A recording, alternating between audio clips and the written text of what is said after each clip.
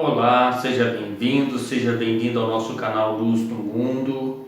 Eu sou Ronaldo de Oliveira e quero compartilhar com você hoje a homilia do Padre Leomar Montanha da Arquidiocese de Maringá da festa de São Pedro e São Paulo, ano A.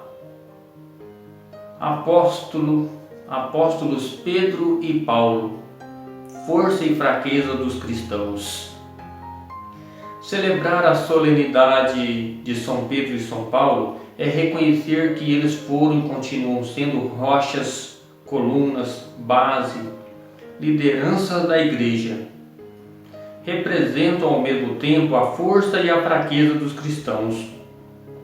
Exerceram atividades e modos de seguir e servir a Deus diferentes, mas o que chama a atenção é a fidelidade a Jesus Cristo. Ambos foram chamados por Deus não por seus méritos e qualidades, pois tinham um comportamento reprovável aos olhos humanos, mas eles não olharam para si mesmos, olharam para o alto, para o Senhor e o seguiram. Ao responderem sim, foram marcados profundamente pela graça de Deus, que até mudam de nome. Simão por Cefas, que quer dizer pedra, confira em João 1,41. E Saulo muda para Paulo. Estas experiências indicam que a conversão não é só mudança externa, mas mudança interior, mudança de identidade. Nos apóstolos Pedro e Paulo também nos identificamos, pois embora o seguimento e a conversão, eles não mudam repentinamente, o lado humano permanece. Ao mesmo tempo em que eles têm tudo de Deus, têm também tudo de humano, igreja santa e pecadora. Algumas vezes são motivo de escândalos. Pedro nega que reconhece Jesus e outras vezes afunda por falta de fé. Paulo se desentende com outros apóstolos e vive com um espinho na carne. Muitas vezes se depara com o dilema: deixo de fazer o bem que quero e pratico o mal que não quero. Miserável de mim. Confira Romanos 7,14 seguintes. Com o passar do tempo, ambos vão amadurecendo e doando a própria vida, que culmina no martírio. Jesus quis que os apóstolos Pedro e Paulo coordenassem a construção da igreja viva e acolhedora, com as grutas da Palestina acolhiam os pastores e os que tinham a vida ameaçada. Apacenta as minhas ovelhas. Esta é a ordem para Pedro: apacenta as minhas ovelhas. O apóstolo Pedro, que significa pedra, rocha, firmeza, foi o primeiro Papa e neste até hoje. Temos a referência e a garantia da unidade dos cristãos católicos e do depósito da fé. Então, só repetindo para tornar a minha fala um pouco mais clara, o Pedro é o primeiro Papa da Igreja e até hoje ele é esta referência e garantia da unidade dos cristãos católicos e do depósito da fé. Hoje vivemos numa sociedade líquida, como dizem alguns pensadores. Então, pela hierarquia e organização da Igreja, temos a solidez e a continuação do projeto do Reino de Deus. Na leitura de Atos 12, de 1 a 11, vemos que quando a Igreja é perseguida, assim como Jesus, recebe a força do alto. Pedro foi perseguido e preso para agradar alguns e tratado como perigoso. Na história da Igreja tivemos muitos que passaram pela mesma experiência. Constatamos que, embora prendessem pessoas, jamais poderiam deter um sonho de vida e dignidade. Mesmo com todo um aparato militar e bélico, não calaram o testemunho dos cristãos. A Igreja continua solidária e profética. Deus sempre vem em nosso socorro, se faz presente, cuida de cada um de nós, nos escuta, não nos abandona, como foi o exemplo de Pedro.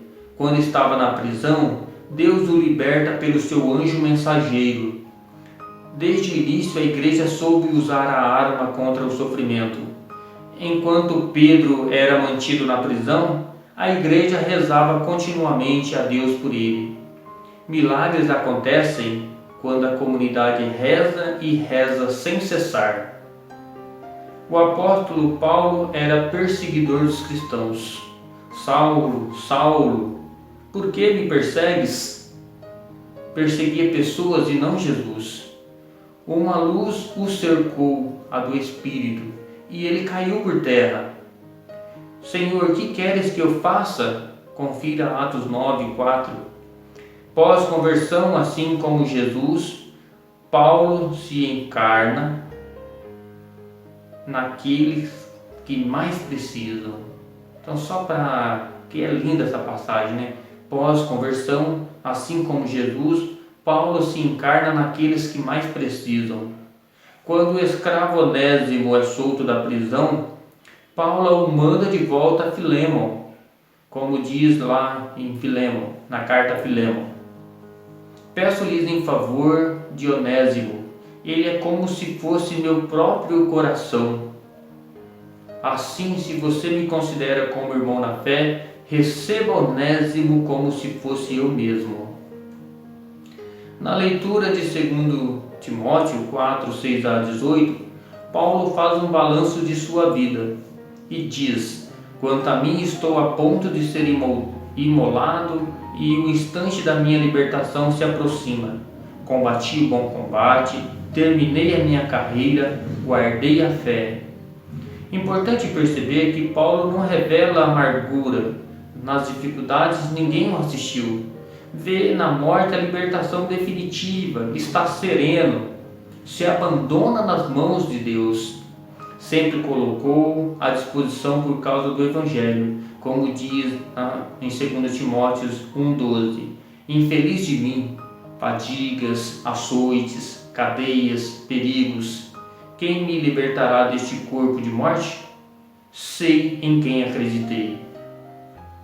Enfim, Pedro e Paulo foram grandes testemunhas de fé e sabemos que Jesus confia grande responsabilidade a quem confessa com convicção que o seu reino vai triunfar.